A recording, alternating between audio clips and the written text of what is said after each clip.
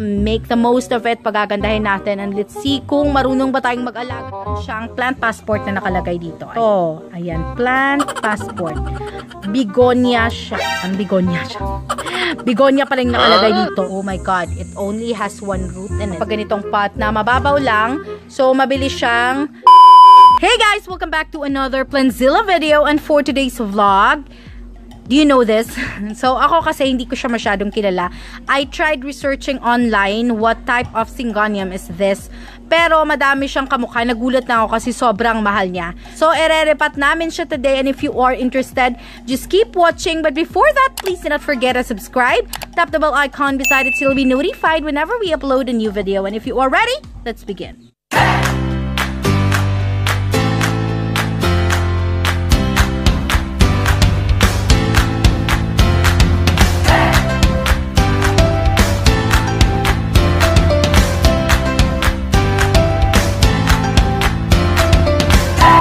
So guys, naibigay kasi to sa amin.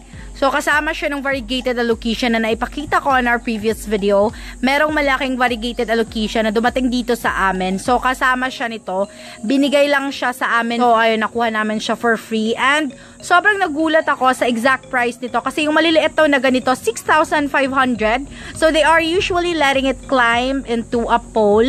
So dun sa nakita ko, dun sa may-ari nito, pinapaklimb siya dun sa pole. That's what we are doing today. Nagpe-prepare kami ng pole because we will let it climb into a pole as well. Meron siyang papalabas na isang dahon, pero nung time na binigay ito sa amin, kakakat lang din. So ayan, umaakit siya sa pole guys. Kaya yun din yung gagawin namin kasi maganda siya tingnan eh. Sa inyo na kilala ang mga Syngoniums guys, sabihin nyo naman kung ano yung pangalan nito. Akala ko lang talaga Pink Splash Syngonium siya, pero madami pala yung variety ng mga Syngonium guys, and isa to sa mga mahal. So ayun, nagpapasalamat kami na binigyan kami nito kasi wala pa talaga kami nito. Wala kaming mga Syngoniums dito sa bahay. So this is the first one that we have. So from the time na binigay to sa amin, syempre kasama kasi yung pot, hindi pa namin siya nare-repat guys. This is the first time na ita-transfer namin siya. Eto, I do not know if madali lang ba siyang maano yung dahon niya kasi eto medyo meron na siyang burn guys. Kasi ano nga, bagong cut siya and then pinapastable namin. Ilipat na sana namin to kaso bumagyo. So inilagay lang siya sa loob ng bahay and eto siya ngayon, medyo meron siyang nasirang dahon. Kaya irerepat namin siya and let's see if it will survive here because we aren't really experts when it comes to Syngonium. Sa inyo, syempre alam ko, marami sa mga viewers ng channel na to na kilalang kilala yung mga plants guys. So maraming salamat in advance for those of you who will share your thoughts and kung kilala nyo to. So para lang din to ng mga, parang katulad lang din to ng photos na parang shocking, ang mahal pala. Gagawin natin ang lahat para gumanda to. So yun, let's start. Napanood ko dun sa balita guys na merong mga Syngoniums na iaano sana, export ba yun, yung ilalabas ng bansa. Tapos hinold ng customs, so pinagpuputol yung mga variegated. Kawawa naman. Meron kasing isa dito, another variety of Syngonium guys, na medyo yellow siya. Aurea yata yon, medyo may aurea yung name niya. Pero, ano siya guys, yellow yung variegation niya. Ito kasi pink yung variegation niya. So yung aurea guys, 12,000 daw yon. Tapos ito, 6,500. Nako, my God. Where will I get 6,500 to buy this one? Dahil nabigyan kami nito, so we'll make the most of it. Pagagandahin natin. And let's see kung marunong ba tayong mag-alaga ng Syngonium, guys. And sana may mapadami din namin to para hindi naman magsisi yung nagbigay sa amin. Sobrang salamat talaga. Shout out sa inyo dun sa nagbigay sa amin. Talagang nagpapasalamat kami. So, ipapakita ba natin yung isa? Meron pa kasing isa dito. Ilan ba yung binigay sa atin? Parang 4. So, ano yung pangatlo? Bilite. Merong bilite. So, meron kasi kaming bilite dito guys, pero dwarf siya. Merong bilite na dumating dito sa amin na giant. So, yun yung palalakihin namin and we are so excited na meron na kaming giant na bilite. So, ayun, 4 yung binigay sa amin. Tapos, yung isa, papakita ko sa inyo on a separate vlog. So, ano kasi siya, sabi niya, hindi na namin muna papangalanan kung sino yung nagbigay. Basta soon, papakita ko sa inyo kung ano yung pang-4. Nakaka-shock lang talaga guys kasi merong iba na nakikita ko na akala ko mura lang. Ito kasi mga syngoniums, nakikita ko sila nung pumunta kami kila Ma'am Zinen sa Batuan guys. Merong mga ganito na tumutubo sa sapa. Kaso mga green lang yon. Pero I believe this type of syngoniums are imported. So hindi ko lang alam kung saan nang galing kasi most of the plants that they have are really imported guys. So yun na din yung ina-expect ko dito. Kaya siguro sobrang mahal siya. So, ayun, yung pole natin na gagamitin, parang 2 feet lang yata. So, same as those poles that we have been using for our other philodendrons, especially yung mga climbing philodendrons, guys. And, nag-a-add lang siya ng ilang fiber dito sa baba. Kasi medyo mahaba yung PVC pipe na gamit nila. Sobrang narrow lang ng pot na gagamitin namin. So, this pot was actually used for the bonsai. Meron sana, I was trying to do some bonsai guys, tapos namatay, hindi kinaya. Kasi ako marunong naman, tapos ako pa talaga yung sumubok. Ayun, maglalagay, ito yung gagamitin natin. Kasi usually, kapag gumagamit kami ng pole, concrete pots talaga yung ginagamit namin. So, maglalagay na tayo ng adapter. So, ito yung usual na ginagamit namin na adapter. Ilalagay lang yan dyan. And, mas maliit yung nasa baba kasi dito siya i-insert sa hole na meron dito sa pot natin. So, ayan, naggawa na kasi yan kanina. Kaya, ready na siya ngayon. Ito, ilalagay na lang siya. Dapat kasi ganyan talaga para matibay siya and hindi siya basta-basta natatanggal sa pot. Kasi, syempre, lalo na kapag ganitong pot na mababaw lang, so, mabilis siyang matanggal, guys. So, you really need to find some ways para sturdy yung pagtatayo niya. So, you don't have to worry. There are other holes na nasa pot, guys. So, minake sure namin yun na meron talagang ibang butas dito sa pot na to para makalabas yung excess water. So, eto, tinutusok na niya para tumayo siya ng maayos. And, makikita natin na yan mamaya kung matibay ba yung pagkakatayo niya. So, ayan. Let's see if ready na ba yan. So, in no time. Ready na? Mabit na lang. Oh, so, ayun. Narinig nyo ba yun? Talagang siya. Ayan, kahoy lang din yung ginamit naming adapter, guys. So, it's really up to you kung meron kayong ways kung paano siya tatayo. And, if kaya nyo rin gumawa ng mga poles na napakita namin dun sa Marilu Beach Resort, that would be best. I really love it. Yung poles na yon na wire mesh yung gamit. Tapos, meron silang cable ties. Maganda din yun, guys. So, pwede nyo din subukan and gawin yon. Especially if wala kayong makitang mga coconut fiber. Kasi yung gamit nila na nilalagay nila sa loob ng wire mesh, mga pinong fiber din yun eh. Coco coir, tama ba? Yun yung nilalagay nila sa ilalim. And sobrang gandang-ganda ako doon kasi talagang yung roots ng plants, guys, makakakapit ng mabuti. So, eto na yung itsura niya ngayon. Meron pa din mga fiber sa ilalim. Syempre, para mabilis mag-drain yung excess water natin. Kasi hindi pa kami masyadong sanay sa syngoniums. So, just to be sure, so, ayan, minake sure namin na magdi-drain talaga siya ng mabilis. So, nilalagyan ng coconut fiber dyan sa ilalim.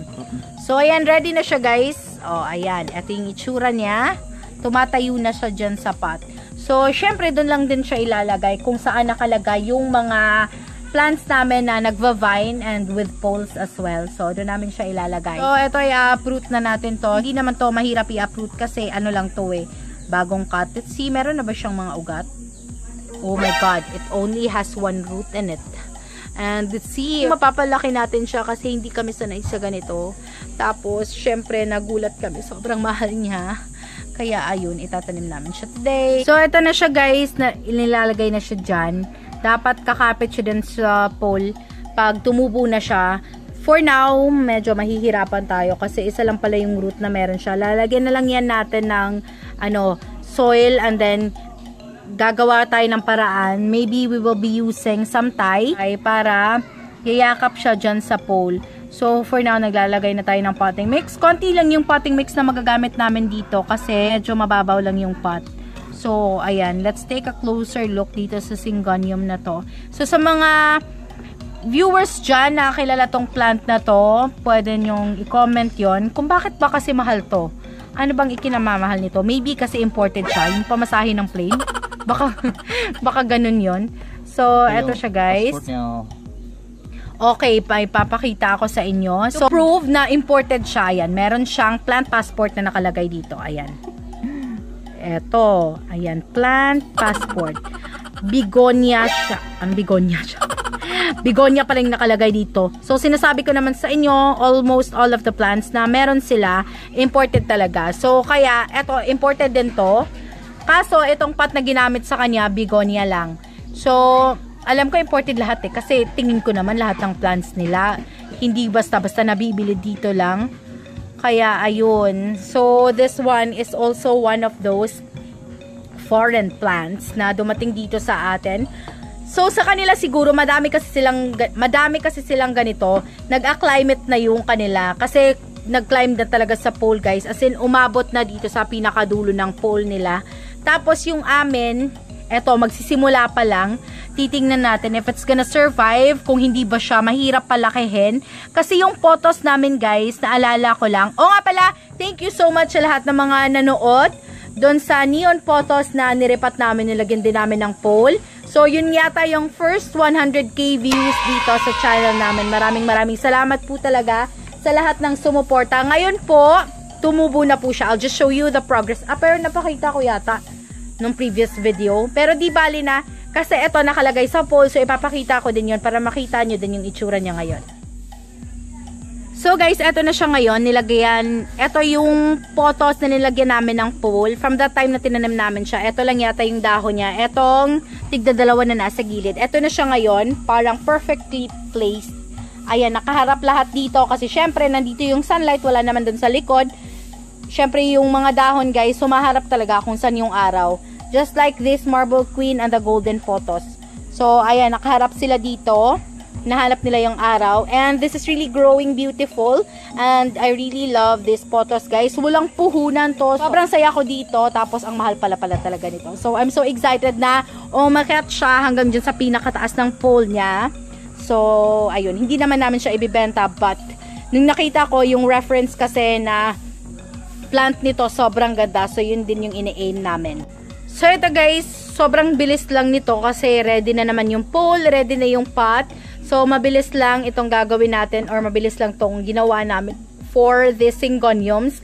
So, hindi ko siya malalagyan ng name and hindi ko talaga siya totally maniname guys. Kasi sa mga nakikita ko online, ano lang siya, mga nababasa ko, pink splash na syngonium. I do not know if that's really the name of this one. Ayaw ko namang pangalanan to kasi hindi din ako sure.